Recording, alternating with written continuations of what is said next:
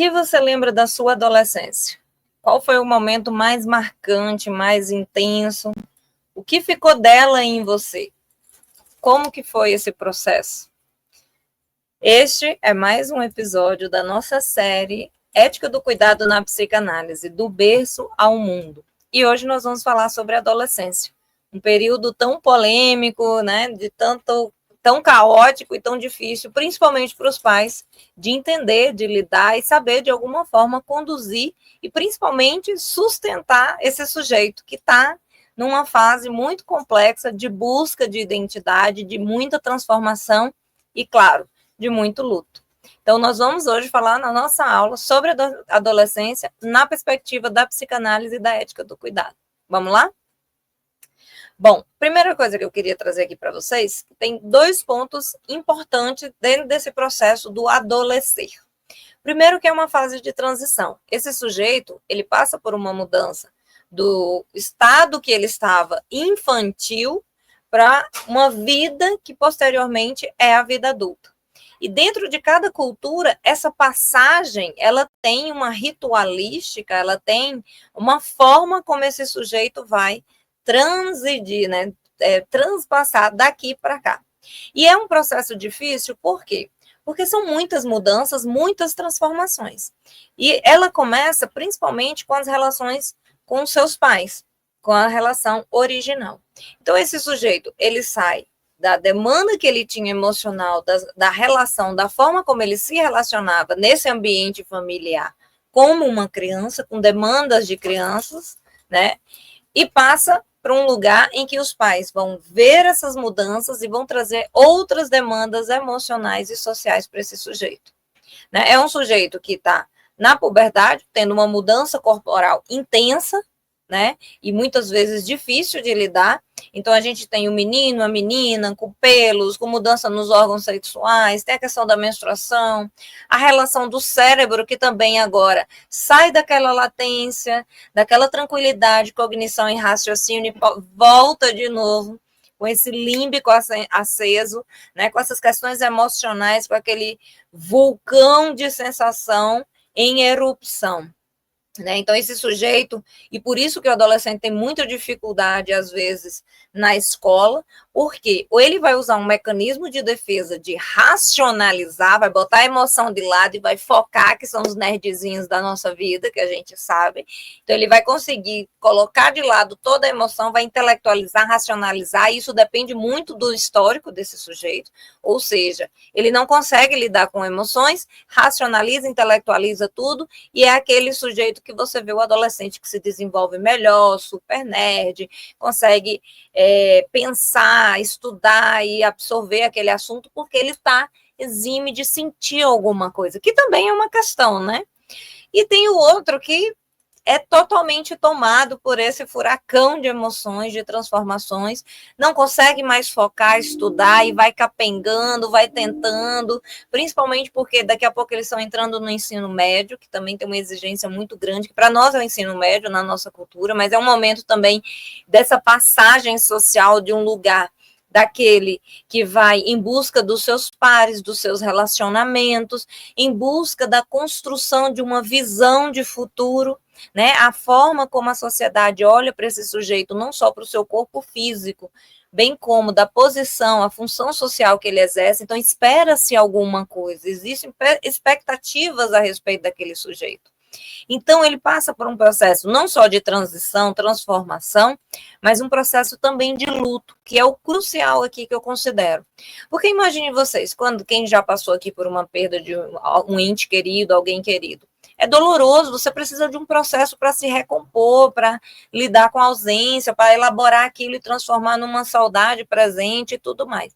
Imagine um adolescente que num dia ele está com um corpo e no outro ele amanhece com um corpo que está totalmente transformado, diferente daquilo que ele tinha controle antes, com outras necessidades a serem atendidas.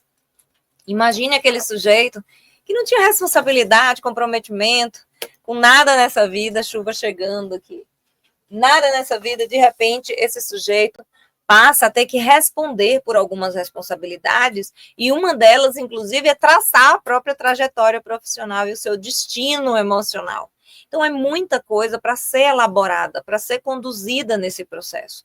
Então, esse sujeito, ele está num eterno luto, que já é muito complicado, ele precisa passar por todas aquelas fases de luto que a gente conhece na psicanálise, né, uma certa melancolia até, que é se despedir desse mundo infantil, desses pais infantil, desse corpo infantil, e começar a aprender a lidar com esse outro corpo, com essa outra relação com o ambiente, com os pais, que tem outras exigências, e esse corpo também que passa a ter outros desejos e outras necessidades. Além disso tudo, ele também tem que lidar com agora a sua próxima função social. Ele não é mais uma criança, né, que não responde praticamente por nada. Agora ele tem certa obrigação de responder, inclusive, né, que é cobrado uma certa noção de quem ele é e para onde ele está caminhando. E daí é outra dificuldade que a gente tem na adolescência, que é aquele sujeito que agora precisa achar um centro de identidade. Quem sou eu no meio disso tudo? E ele passa, segundo a psicanálise, por uma reorganização psíquica. É onde ele pega tudo que ele tinha da história, que a gente veio contando até agora, passa numa peneirinha, né? E vai dizer, isso aqui eu vou ficar, isso aqui não me pertence mais. E por isso, essa diferenciação, essa separação dos pais. O que é deles, que colocou em mim, e o que é meu, que faz parte da minha construção, que vai permanecer comigo, ainda que seja parte dessa relação com os meus pais. Aqui também tem a projeção do que eu vivi lá, né? Seja se eu cheguei na triangulação de Édipo, seja se eu fiquei congelado na relação com mamãe, eu vou projetar a forma como eu me relaciono com os meus pares, com os amigos, com os companheiros, com os professores. Então, eu vou projetar isso para frente. As famosas relações amorosas, como eu vou viver isso? Como eu vou lidar com esse desejo? Porque também tem a questão do corpo, do cérebro, né, com toda aquela questão hormonal do desejo sexual, do despertar para esse desejo sexual, de desejar o outro, a partir de todo esse aparato psíquico, dessa projeção que eu vou fazer. Então, existe uma necessidade, um desejo aqui que é biológico, que está aqui trabalhando junto com aquilo que é psíquico, que é como eu dei sentido, como eu represento isso a partir da experiência que eu vivi. E eu vou projetar isso para frente. E aí a gente tem aquele adolescente que tem que lidar com todas aquelas condições. E eu tenho uma referência aqui muito interessante da psicanálise, que é Adolescência Normal, que é um livro que foi escrito pela Berastur e pelo Nobel, que ele coloca alguns sintomas que aparecem na adolescência que parece que o sujeito está adoecido, quando, na verdade, são sintomas esperados porque é um sintoma que aparece só devido àquele processo de transição, de angústia, né, de perturbação, para que o sujeito consiga reorganizar esse processo emocional e achar um eixo. A gente que, inclusive, chega nos seus 30, 40 sem conseguir achar esse eixo, que é muito visível na nossa sociedade hoje. Mas o que se espera? Que diante desse cérebro, que até os 21, 22 amadureça por completo, esse sujeito também já tem uma noção da sua identidade e das suas escolhas. Claro que ninguém na vida, no mundo, tem nada disso perfeitamente pronto. Né? Tem gente aí com seus 50, 60 anos revendo questões, né? Achando ainda algumas identidades, a depender de tudo que a gente vive. Mas, teoricamente, de uma forma mais ou menos equilibrada, espera-se isso. Esse sujeito passa por essa transformação, experimenta o mundo, se reorganiza e entende quem ele vai ser nesse mundo agora. Então, o que é que eu quero? Com quem eu vou me relacionar? E a gente tem alguns outros impasses, por exemplo, as relações homossexuais e tantas questões de identidade. Hoje a gente tem várias nuances dessa versão, digamos assim, dessa orientação sexual, que a gente precisa, que as pessoas ainda não conseguem entender, olhar para isso, ou ter uma clareza disso tudo. A gente tem a questão da tecnologia e do digital, que estruturou, que atravessou esse sujeito que está aqui hoje, adolescente, com uma nova forma de se relacionar, né, de se colocar no social, ou seja, esse sujeito ele não vai para um piquenique na praça, esse sujeito ele vai para um grupo de Discord, do WhatsApp, de jogos, para se encontrar com os amigos. Esse sujeito namora com uma pessoa que é de outro país. Então, a forma de se relacionar mudou, a forma como esse sujeito também cria e elabora essa nova identidade mudou, porque quem é esse sujeito no digital? É o sujeito do like, da validação. Ele é visto quando o outro vai lá e curte, quando o outro vai lá e valida ele de alguma forma. Ele é visto quando ele pertence à nova trend, o novo challenge, enfim. Então, quem é esse sujeito adolescente hoje? É tudo aquilo que a gente já conhecia, com todas as suas nuances, mais esse atravessamento tecnológico e digital.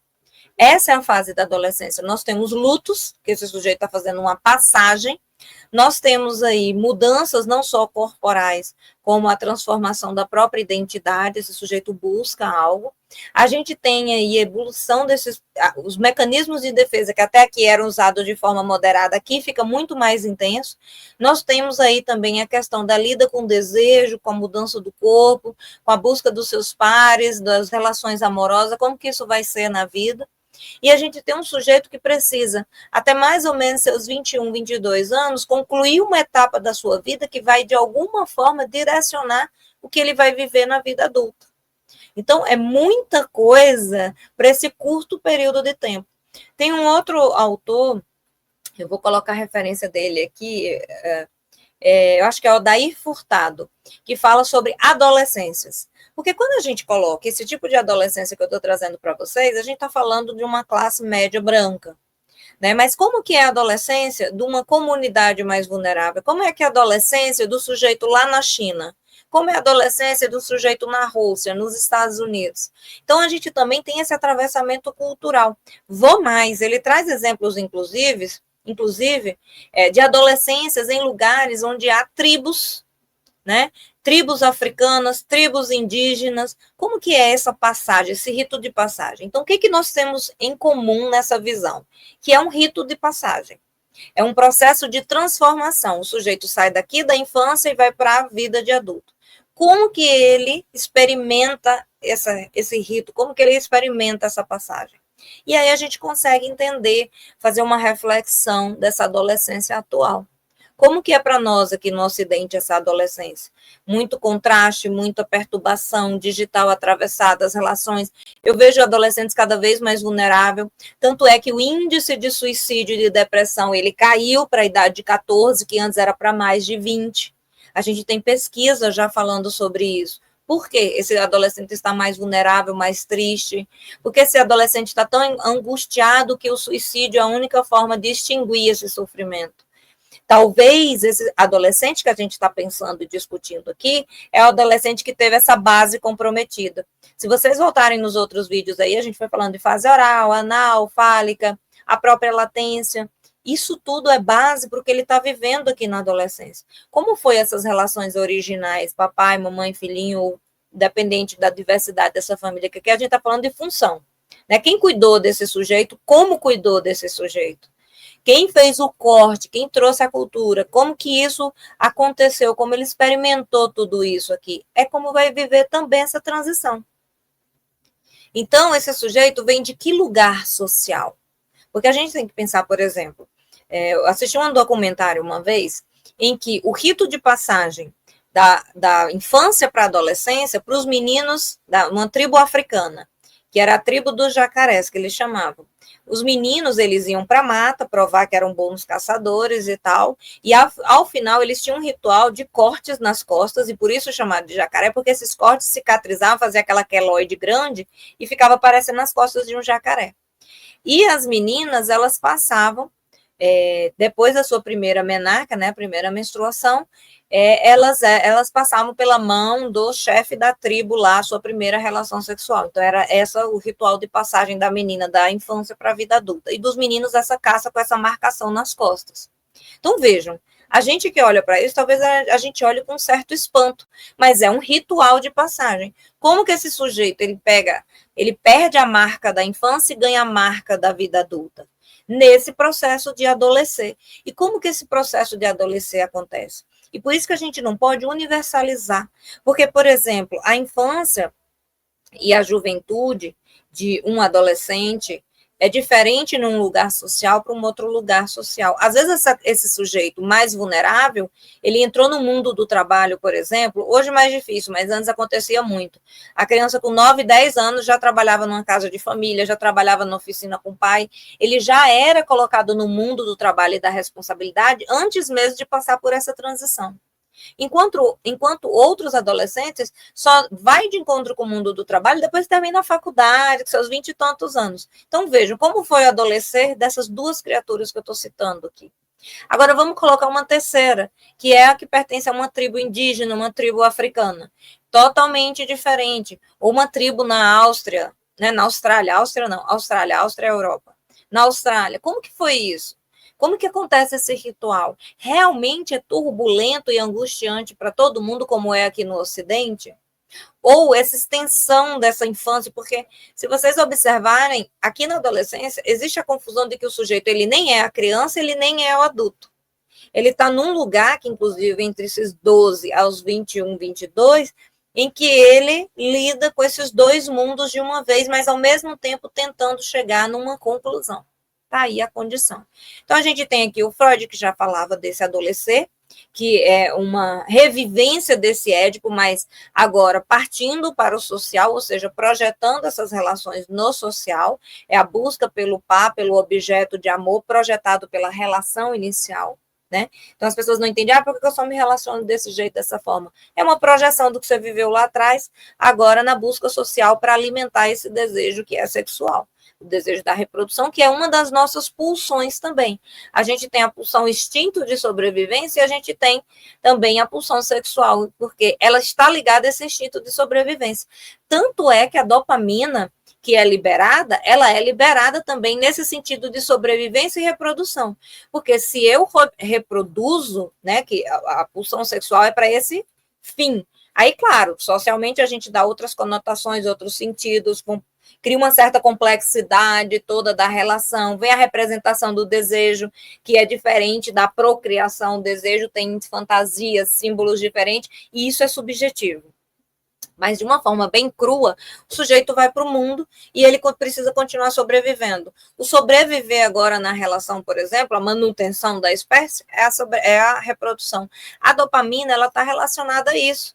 Então, se ela viveu nessa primeira relação dessa forma, que trouxe alguma satisfação e prazer, então ele volta a produzir isso tudo. A dopamina é reativada quando ele tem a possibilidade de repetir algo que traz satisfação. Motiva o sujeito a. Então, se ele tem a chance de viver aquela situação que mantém ele vivo, que inclusive é a própria reprodução ou o sexo em si, ele vai repetir essa sensação. E assim também é nas relações amorosas. Né? O sujeito tem algum ganho, alguma satisfação, e mais ainda, olha a ocitocina, cria algum certo vínculo, ele vai manter aquilo ali. E aquilo ali representa o que ele já viveu lá atrás. Então, essa escolha dos pares também é crucial. Ninguém quer ficar sozinho. Né? Apesar dessa modinha de solitude, disso e daquilo, as pessoas elas querem viver em pares, seja com os amigos, seja no trabalho, seja na relação amorosa. E ela vai projetar o que ela viveu, como ela elaborou aqui para frente. Então, isso é adolescência para a psicanálise. A fase de transição, uma reorganização psíquica, uma projeção das relações objetais, ou seja, o que eu vivi lá, vou viver aqui agora, e principalmente a busca agora de uma identidade adulta. Então, esse processo é um processo de construção, reorganização para essa identidade adulta. Quem eu sou? Quem eu vou ser nessa vida adulta aqui? Essa é a reorganização. E tudo que eu vivi aqui para trás é a base de como eu vou chegar nisso aqui. E se eu vou chegar? E aí a gente tem alguns parênteses, por exemplo. Como que um sujeito de 30, 40 anos não tem a maturidade necessária, esperada, para assumir a própria vida? Eu não estou falando de casamento e de família, estou falando de se sustentar, de se manter, de ter autonomia, de ter um trabalho, uma função, né, de ter a sua, sei lá, o seu lugar, o seu espaço, de ter relações saudáveis com outras pessoas, seja o chefe, seja o colega, seja o amigo, seja o par romântico, né? Então, por que esse sujeito chegou nessa fase? Aí a gente tem algumas questões que eu já trouxe aqui. Primeiro, a imaturidade emocional. Esse sujeito está com toda a base comprometida. Segundo, os pais hoje que não sabem como lidar na sua função materna, paterna, e acabam criando um ciclo de interdependência e simbiose com esse sujeito. Ele não vai para a vida, ele não vai para o mundo. Ele continua aqui, ó, relação mamãe e papai. A relação com esses cuidadores, com quem ainda precisa me nutrir emocionalmente, me validar emocionalmente para eu existir. Eu não saio daqui. Então, a gente tem essas questões também, que é um dos mal-estar da nossa civilização hoje, que é o sujeito que não segue mais esse ciclo, esse ciclo ele fica congelado e esse sujeito não amadurece a ponto de continuar nessa relação aqui. Ou esse sujeito até sai da casa dos pais, mas continua projetando essa relação simbiótica de dependência e de falta de autonomia para lidar com o mundo. Tá? Então, nós temos uma citação aqui de Freud para ilustrar a nossa fala. A adolescência é o período em que a vida sexual infantil se reativa e sofre transformações consideráveis. Por quê? Repete, você projeta o que você viveu lá, as fantasias, como se elaborou agora nessa vida do adolescer para a vida adulta. Aí a gente tem também a puberdade, que eu já falei, a questão do corpo. Uma coisa muito importante que eu li num artigo, numa revista de psicanálise, essa questão da orientação sexual, que não é o nosso foco aqui, mas tem muito debate, muita discussão, e é importante a gente, como psicanalista, pai, professor, também entender como é que isso funciona, que é a questão de que hoje, a própria relação, ela não é mais respaldada nesse instinto de sobrevivência da reprodução. Ela é respaldada no desejo. E esse desejo é uma representação simbólica, emocional, é uma projeção da relação com os pais. Existe toda uma fantasia nesse desejo. Então, quando esse sujeito vai para a relação com o outro, ele vai para projetar, para experimentar essa fantasia, que é toda essa representação desse desejo, como ela foi constituída. E não necessariamente ela vai ser heterossexual, por exemplo. Então, é importante também a gente entender como esse processo na adolescência aparece, porque eu vejo muito sofrimento também, e recebi muitos pacientes adolescentes, inclusive na época que eu fazia supervisão na clínica da escola, com essa angústia, às vezes até atrelada a questões religiosas, de não conseguir o despertar, não conseguir andar com esse desenvolvimento, exatamente porque está preso nessas questões. Essa pessoa, ela está no momento que ela está descobrindo esse desejo, inclusive a representação desse desejo, mas ela não encontra espaço e suporte para chegar nessa essência. E aí a gente vai para um lugar de muito sofrimento e dificuldade, porque como eu estou em busca dessa reorganização psíquica, dessa identidade que eu estou já com uma base e agora eu estou reformulando, se eu não tenho uma sustentação, um suporte, um espaço para viver essa experiência e entender como é que ela funciona, como que funciona o meu desejo. Então, é uma questão para a gente pensar, tá? Os conflitos psíquicos, como eu coloquei, primeiro a gente tem que ir nessa dimensão cultural, que a adolescência é essa que a gente está falando. Então, eu estou recebendo uma pessoa que vem de uma cultura X, uma que vem de uma cultura Y.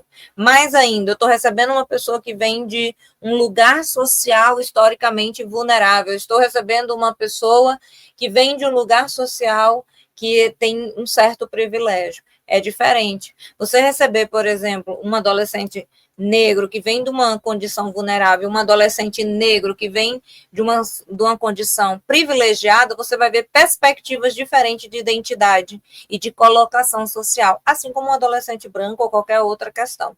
Um adolescente que tem uma religião mais fanática e um que é ateu, por exemplo, você vai ver essa forma de transitar, de ir para a vida adulta com outra perspectiva. Então, é muito importante, não só para o psicanalista que está na clínica, bem como os pais, professores ou qualquer sujeito que esteja em contato com esse adolescente, ter essa cautela, esse cuidado de conseguir escutar o que está ali do outro lado, compreender para que vocês consigam orientar. Porque esse é o papel do adulto na vida do adolescente. Ele não está pronto, ele não sabe para onde ele vai, o que ele quer, e ele não tem nem amadurecimento cerebral para raciocinar, para pensar a longo prazo e para controlar as emoções que estão ali permeando toda a sua vida. Então, o que esse adulto, qual é o papel fundamental dele? Orientar esse sujeito para algum lugar. Né, conduzir e dar o suporte e o sustento necessário para que ele consiga viver essa experiência de uma forma tranquila, responsável, porque a gente está pensando aí num sujeito que está indo para a vida sexual. Então, as pessoas falam sobre proteção, falam sobre doença, sobre gravidez, fala sobre os riscos, né, da impulsividade, tanto acidente, tanto problema. Por quê? Porque esse sujeito ele não tem essa medida da racionalidade. Esse córtex ainda não está pronto. Ele ainda é muita pulsão e impulsividade. Claro, aí tem aquele adolescente que eu coloquei, que o o mecanismo de racionalização, intelectualização é tão forte que ele consegue colocar essa emoção de lado e viver, que são aqueles que sublimam nos estudos, sublimam no trabalho outras atividades como arte ou mesmo esporte, e acaba não tendo uma experiência tão conflituosa e tão angustiante, porque aquilo que era para ser a angústia, né, que desestrutura de alguma forma emocionalmente, ela está sendo sublimada para um outro lugar. Então, ele consegue passar, talvez, com mais tranquilidade. Mas não é fácil para nenhuma adolescente. E você, que já foi adolescente um dia, sabe disso. Como que foi a sua adolescência? Como que você passou por ela? Foi tranquila? Foi frustrante?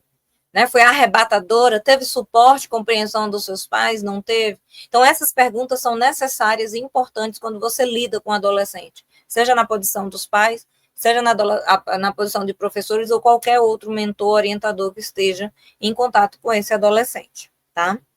Para a gente fechar, eu queria pontuar uma questão da ética do cuidado aqui, que é muito voltada para a escola inglesa, né, para o Winnicott como um todo. Alguns princípios básicos que a gente deve adotar nessa relação. Vejam, não é você perder esse ponto em que você é autoridade, no sentido não de autoritarismo, mas de autoridade, ou seja, quem sabe o que está fazendo, quem é maduro para orientar e direcionar esse sujeito. E não quem impõe uma condição e aí vira guerra e briga. Mas existe um diálogo possível. Aqui não é uma criança que você precisa conduzir 100%. Aqui é um sujeito que está amadurecendo e precisa refletir e pensar a respeito da sua experiência e da vida que ele quer ter. Como que você vai estabelecer essa relação? Como que você vai fazer esse sujeito enxergar isso de uma forma que ele não se destrua? Então, essa é a questão maior. A gente busca respeito pela singularidade, e aí vem várias dessas questões que eu coloquei aqui para vocês. Cada adolescente tem um tempo, tem uma história. Tem adolescente que vai ficar em seus 14, 15 anos ainda com um perfil muito infantilizado. Outros, já muito cedo, vão apresentar uma postura mais adulta. Isso é muito de cada adolescente. Acolhimento do sofrimento, escutativo e não julgamento. Aqui não só os pais e professores, mas eu acho muito importante, eu aconselho todo mundo que me pergunta que o adolescente passe por um acompanhamento psicológico, principalmente um psicanalista. Por quê? Porque esse sujeito, ele está odiando e amando esses pais, ele cai de novo naquela ambivalência, ele está cheio de dúvidas, de angústia com o próprio corpo, com esse luto que ele precisa vivenciar, e ele não consegue, às vezes, nem nomear e simbolizar isso tudo. Então, se ele tem um suporte, né, um psicanalista, analista, um terapeuta, que ele possa falar das suas angústias e obter ali os retornos, né, necessários, essa passagem também ela fica mais tranquila de alguma forma. Por quê? Algum suporte esse adolescente tem. A gente tem muito problema com a adolescência. Border, automutilação, suicídio, depressão, droga, medicação, principalmente. Hoje ninguém quer ficar triste, ninguém quer ficar ansioso. É automedicação para cima e para baixo. Vai fazer um Enem, a pessoa se dopa, a pessoa terminou um relacionamento, não pode chorar, não pode sofrer 2, 3 semanas, tem que ficar uma medicação para dentro. Então, assim, hoje a adolescência ela está muito complexa. Ela precisa desse suporte, desse sustento. Então, é uma indicação que eu faço, que esse adolescente, não só os que estão passando por uma situação complicada, mas todo e qualquer adolescente, possam ter, durante um período ali em que é mais complicado entre a puberdade e a adolescência, esse suporte psicológico. Orientação sem imposição. A melhor forma de orientar um adolescente é fazer ele entender e visualizar. Não adianta você impor. Você precisa fazer com que ele reflita a condição que ele está vivendo ali. E começa demonstrando no dia a dia. Não adianta eu ser uma pessoa que bebe, fuma a rodo, sai para tudo quanto é festa e queira que o meu filho fique em casa sem fumar, sem beber e sendo a pessoa correta. Não tem como. Você não vai conseguir esse discurso, essa reflexão com esse adolescente. Como que eu fumo e vou dizer para o meu filho não fumar? Então, a gente tem que repensar muito essas questões também. Né? O que eu estou trazendo de exemplo lá desde a infância para essa vida adolescente. Se eu sou uma pessoa da balada, que eu saio muito, eu estou todo final de semana num compromisso, é óbvio que meus filhos vão ser assim.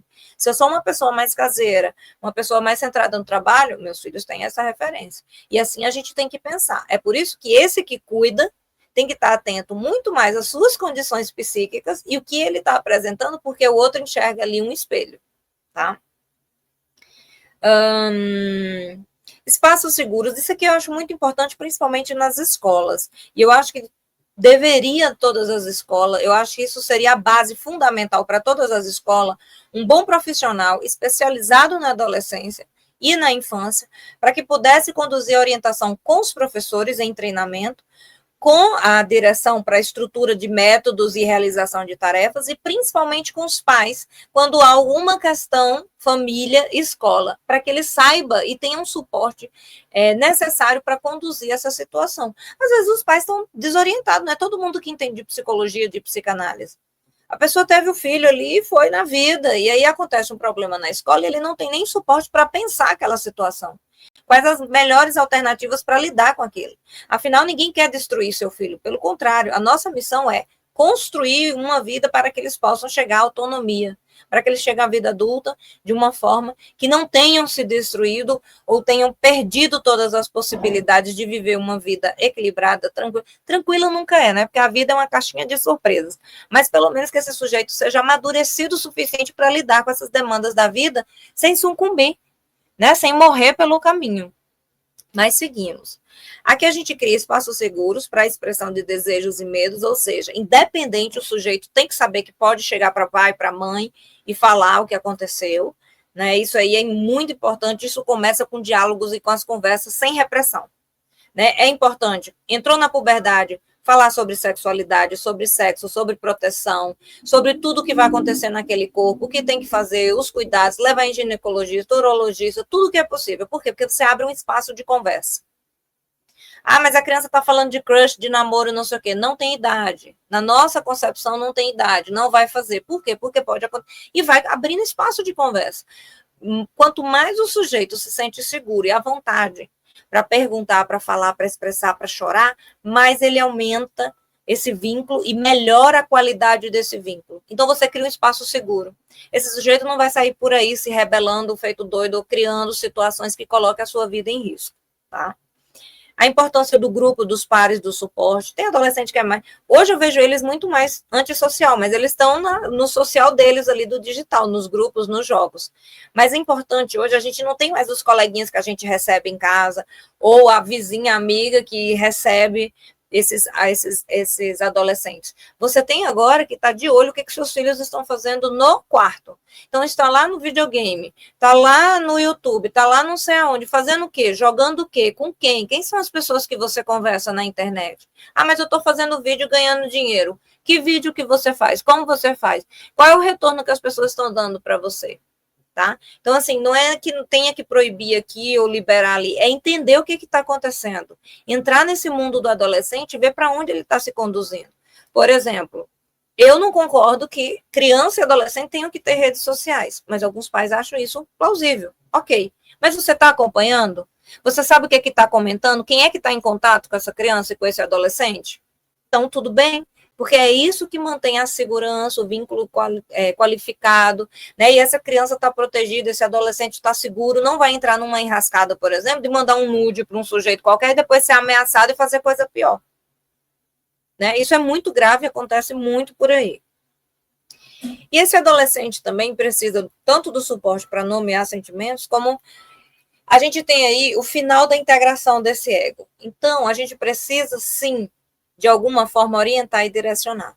Não é que você vai escolher ou dizer para o adolescente qual é a profissão, qual é o lugar que ele vai estar, mas ajudar ele a raciocinar, a pensar e a sentir aonde ele quer estar, o que ele quer viver. Então, vamos colocar um recorte aqui. O sujeito tem uma vida muito bacana, financeiramente estável, e vira para os pais e fala, vou viver da minha arte. Que arte é essa? Essa arte que você vai viver paga a sua vida? Essa vida que você está acostumada? Porque os pais têm um problema seríssimo, que é achar que eles têm que eternamente manter esse sujeito. Por quê? Porque assim você mantém o sujeito perto e continua com aquele amor e aquela interdependência. Quando os pais entendem que a função dele é criar autonomia e fazer com que esse sujeito seja autônomo, ele tem que entender que esse sujeito tem que encontrar um lugar na sociedade, uma função, uma atividade que o mantenha, que o sustente, que inclusive pague essa vida dos sonhos que ele quer ter. Qual vai ser? Quais são as suas habilidades? O que você consegue desenvolver, que você sinta bem, que você vai desenvolver com excelência? Porque ganha-se dinheiro também quem faz um trabalho com excelência porque gosta de fazer aquilo. Como que isso é no mercado? Onde você vai estudar? Precisa fazer uma faculdade? Não precisa? Como que você vai fazer isso? Ah, mas já tem uma empresa, eu sou um youtuber, eu já faço certo trabalho. Ah, não, eu trabalho na empresa dos meus pais. Então, essa condução também, para que o adolescente consiga ter esse olhar a longo prazo, a partir da sua orientação, é importante, porque ali a gente tem uma integração do ego. A gente tem um sujeito que está experimentando essa transição, mas ao mesmo tempo construindo, né, uma estrada para um lugar que ele vai ter que assumir daqui a pouco. Então a gente vê muita gravidez na adolescência, DSTs, acidentes, vício em drogas, que compromete essa vida adulta. Quem vai ser esse sujeito nessa experiência lá na frente? E é interessante que o trabalho na escola, na família ou qualquer ambiente social seja voltado para esse ponto de reflexão, ok? Então, aqui nós vimos o que é a adolescência, essa fase de transição, bem como uma fase de lutos, em que esse sujeito precisa elaborar várias questões do seu corpo, fazer uma reorganização psíquica para fazer essa transição para a vida adulta. Vimos também que a gente tem que olhar para esse sujeito dentro da cultura que atravessa ele, do lugar social ao qual ele pertence, porque é isso que define esse processo e essa transição. Inclusive, trouxe algumas diferenças aqui de tribos e condições financeiras sociais diferentes. Então, isso é o adolescer. É uma transição e a gente tem que entender como que esse processo acontece e qual suporte cabe à família, à escola ou qualquer outra instituição social que esse sujeito faz parte.